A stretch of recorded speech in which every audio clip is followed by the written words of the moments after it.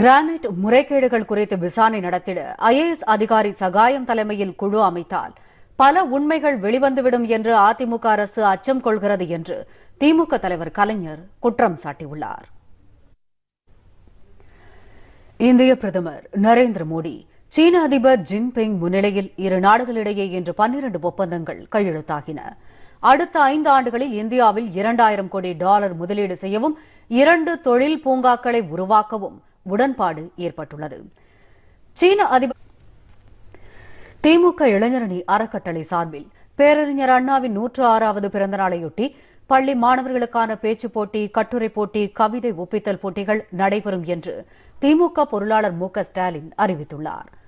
திமுக பொருளாளர் மு க ஸ்டாலின் இன்று வெளியிட்டுள்ள அறிவிப்பில், மறைந்த அருட்தந்தை ஸ்டீபன் குழந்தைசாமியின் உடலுக்கு திமுக பொருளாளர் மு க ஸ்டாலின் நேரில் சென்று அஞ்சலி செலுத்தினார். மாலை நடைபெற்ற இறுதிச் சடங்கில் ஆயிரக்கணக்கானோர் கலந்து கொண்டனர். கிறிஸ்தவ நல்ல ஜம்மு காஷ்மீரில் இந்திய எல்லைக்குள் சீன மக்கள் ஊடுருவியதற்கான பிரத்யேக வீடியோ காட்சி தற்போது வெளியாகியுள்ளது. ஜம்மு காஷ்மீரின் லே மாவட்டத்தில் இந்தியா சீன எல்லைகள் சந்திக்கின்றன.